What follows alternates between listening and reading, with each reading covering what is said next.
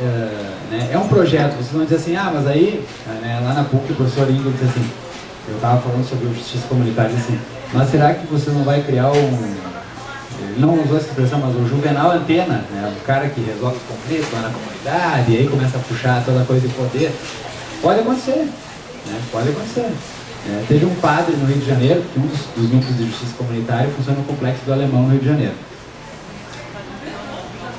Não lembro o nome dele, mas ele disse assim, vocês cuidem, porque o pessoal do tráfico começou a ver o quanto esse projeto é importante e já está inserindo gente dentro dos núcleos para ter uma noção de como é que funciona esse negócio aí.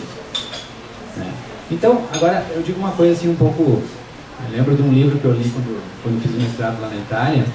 O nome do autor é Albert Hirschman, né? Ele diz o seguinte, que quando você fala em políticas públicas, você tem que cuidar com uma mania. Ele nos xinga, né? Nós aqui da América Latina. Ele diz que nós aqui temos uma tendência ao fracasso, não ao fracasso da ação, mas ao fracasso de que sempre quando a gente começa uma coisa, a gente diz o seguinte, não presta, vamos começar de novo. E as políticas públicas geralmente acontece isso, né? Muda o governo, troca o nome das coisas, para dizer que foi ele que criou, na verdade no conteúdo é a mesma coisa, né? E no discurso joga fora tudo que não fez, como se nada presta, né? E vamos começar agora sim, agora vai começar a funcionar. Então, essa descontinuidade, até às vezes do nome mesmo das políticas, é um problema sério, né? Então, o justiça comunitária pode ser que não dê em nada, pode ser que não resolva nada, pode ser... Não é o que se tem visto, né? A Secretaria de Reforma do Judiciário agora abriu um edital, agora 2 meses atrás, contratando empresas para avaliar o impacto dos núcleos de justiça comunitária que estão funcionando já há 2 anos no Brasil. Então nós vamos ter um estudo que diz, né, com mais clareza, olha, funciona, não funciona. Né? Para pelo menos você ter inicialmente, porque a gente sabe que quando você avalia uma coisa, é sempre muito difícil avaliar uma política, principalmente quando ela não tem os dados anteriores, então tu não tem como comparar. Então esse vai ser o primeiro estudo que vai fazer uma análise de justiça comunitária. Depois, esse vai dizer, são esses os dados, aplicando a mesma metodologia daqui a alguns anos, nós vamos ter já uma comparação com as séries históricas para ver se mediou conflitos, não mediou, criou mais conflitos, o que aconteceu com essa política. Mas o que a gente não pode, na minha opinião, é jogar tudo fora e querer começar sempre outra coisa nova. Então, eu falei aqui das políticas do PRONASSE, que tem a ver mais com a área do acesso à justiça, mas a Secretaria faz inúmeras outras coisas, né? Uma delas está aqui na frente, né? É o 3º diagnóstico da Defensoria Pública no Brasil. É um estudo completíssimo sobre... Eu vou deixar para a Carmela sortear, não sei se ela vai querer sortear, eu trouxe para o... Se é um só. Ah, tá. Tá ok.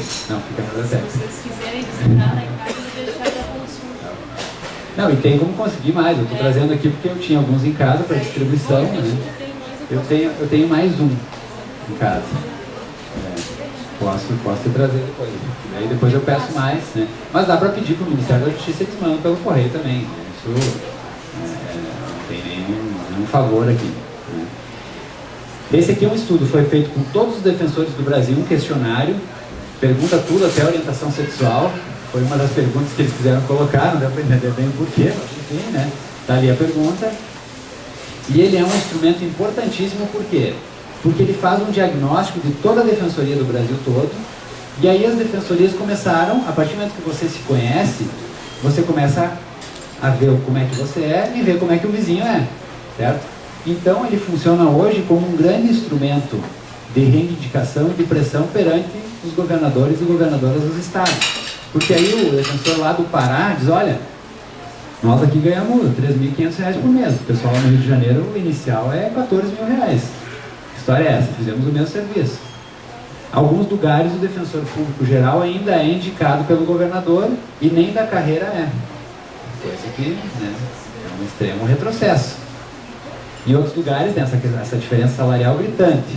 E 4 defensores em alguns lugares reduzidíssimo, né, menos do que em outros estados. Então, um instrumento importantíssimo de comparação e de crescimento da defensoria. Eu diria para vocês que a defensoria é a instituição do sistema de justiça que tem recebido um grande apoio do governo federal, sim, porque está, como eu coloquei no início, mais abaixo, né, em termos de estrutura e de quantidade de defensores que precisam. E tem outra questão também, o defensor público, ele é um sujeito interessado ao não conflito. Então também ele é um ator estratégico na mediação e na cultura de paz, porque não interessa para o defensor ter mais um processo. Então também ele é um instrumento-chave, né, nessa ideia de cultura de paz e de apoio a meios alternativos de resolução de conflitos. Outros projetos, assim como existe o diagnóstico da Defensoria, existe o diagnóstico do Ministério Público. Agora está saindo o diagnóstico da Advocacia Pública também, todos financiados, né, com o recurso da Secretaria de Reforma do Judiciário. E depois há outros projetos, né, um deles muito interessante, que está sendo testado em Porto Alegre. Não sei se já ouviram falar da Justiça Restaurativa. Todo mundo sabe o que é Justiça Restaurativa? É a ideia de que na área criminal você consiga colocar frente a frente o ofensor e a vítima. Não é tão simples assim, não é simplesmente chamar os dois numa sala de audiência e botar a pessoa que foi vítima e a pessoa que cometeu o crime frente a frente. Há toda uma preparação para isso, há uma questão voluntária, ninguém fica frente com o seu agressor ou com a sua vítima se quiser, se não quer, não fica, né? Mas nesse momento, digamos que seria o momento ápice dessa ideia de justiça restaurativa, se faz o que se chama círculo restaurativo, junto com pessoas técnicos, profissionais, né, que fazem toda uma preparação para isso, para aquele momento, e ali dentro também estão pessoas de referência, tanto de um como de outro, e ali se faz um acordo, se fazem acordos, né, e ali também se faz como monitorar o cumprimento desse acordo.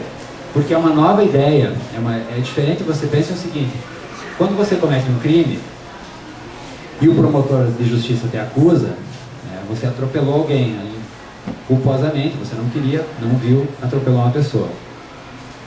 Ou dolosamente, vamos pensar dolosamente, então, para ficar mais pesado nas cores. Se o promotor de justiça te acusa, você está vendo o promotor de justiça representando o Estado naquele momento te acusando. Mas a vítima, que todo mundo pergunta quando você fala em direitos humanos, e a vítima? Cadê o papel da vítima? É a vítima que todo mundo esquece, o pessoal dos direitos humanos, extrema, depois não pode discutir um pouco o conceito de direitos humanos. Bom, na justiça restaurativa, a vítima é protagonista. Ela participa, né? Aí vocês vão dizer assim, mas o que adianta botar um frente a frente? Perdão? Não, muitas vezes não. Muitas vezes ela tem uma função que eu acho fantástica. Só isso já chegaria. É a pessoa que foi vitimada, ela muitas vezes, olhando para o seu agressor, ela liberta os seus fantasmas. Vou dar um exemplo de uma senhora que aceitou fazer esse encontro e ela disse no final: olha, eu fazia 3 meses que não saí de casa porque esse rapaz tinha me assaltado com um canivete. Eu até sabia que ele estava preso, mas eu achava que ele estava ali na frente de casa. E achava que ele era um cara grande, né, que estava ali me esperando para me assaltar, estava me perseguindo. Depois que eu tive o encontro com ele, eu vi que se eu vejo ele de novo na rua, eu dou um pau, né? Porque ele é tão pequenininho, eu tinha feito um monstro na minha cabeça. Né? E ele mesmo, rapaz, eu nem conheço a senhora, nem lembro. Eu assaltei tantos que nem... Né? Se eu ficar na frente dessa casa, nem sei onde a senhora mora. Né? Então, parece uma coisa... Bom, teve um perdão, sair ali abraçados? Não, teve nada disso. Não foi essa cena ideal, não foi isso. Mas o fato de você enfrentar os teus medos, e muitas vezes o agressor também enfrentar o medo. Por quê? Porque uma coisa é o promotor de justiça, como eu falei antes. Outra coisa é você estar ali na frente do seu João, que você assaltou o filho do seu João e ele perdeu, ficou traumatizado e perdeu aquele semestre e a família toda se desestruturou. E aí o ofensor entende que ele cometeu, estragou uma parte da vida daquela pessoa de carne e osso que está ali na frente, e não do promotor de justiça. Entende? Então é autor e vítima como protagonistas do processo. Eu estou dizendo isso só para falar um pouco da justiça restaurativa. E aqui em Porto Alegre, Brasília e São Caetano do Sul são os 3 lugares do Brasil que existem iniciativas ligadas à área da justiça restaurativa. Aqui em Porto Alegre é ligado à área da infância e juventude, então trabalha só na área, executado aqui pela 3ª Vara da Infância e Juventude, o Dr. Leoberto Brancher, não sei se conhece o Dr. Leoberto, mas ele é um dos grandes nomes aí da justiça restaurativa no país. E se criou, então, né, dentro da terceira vara da execução das penas e medidas, das medidas socioeducativas, essa tentativa de... Né, tentativa não, é esse projeto Justiça para o Século XXI, se chama. Só que esse projeto que nós financiamos, nós que eu digo enquanto lá Ministério da Justiça, eu estava lá, financiamos a criação de núcleos comunitários de justiça restaurativa, que estão sendo criados nesse momento. Então também é um pouco ligado à ideia da justiça comunitária, ou seja, que a justiça restaurativa não se faça em um fórum, né, que já é um ambiente pesado. Quem já acompanhou ou teve experiência sabe que quando você entra, quando eu falei que não se faz mediação dentro do fórum, né, pode até se fazer, mas não é o melhor lugar, porque as pessoas que entram lá, a não ser que você esteja muito acostumado com aquele ambiente, mas senão a gente sabe que é um ambiente extremamente carregado, né, a pessoa já entra tensa, né, e a mediação pressupõe que você está raciocinando para poder conversar e né, chegar num acordo. Então serão núcleos inseridos na comunidade. Né? Serão 4 núcleos aqui em Porto Alegre financiados com recursos do Ministério da Justiça. É um projeto piloto, mas com certeza é uma das grandes novidades aí, em termos de justiça. Né? Assim, de uma nova forma de se ver nesse momento só a justiça criminal vinculada aos adolescentes. Tá? Bom, existem outras experiências. Eu fiz o Observatório da Justiça Brasileira, baseado em Coimbra, do professor Boaventura de Souza Santos, também um outro projeto, e outros projetos, mas eu acho que já estou no tempo e a gente vai abrir para conversar, não sei se é isso, né, Carmela? E daí talvez na discussão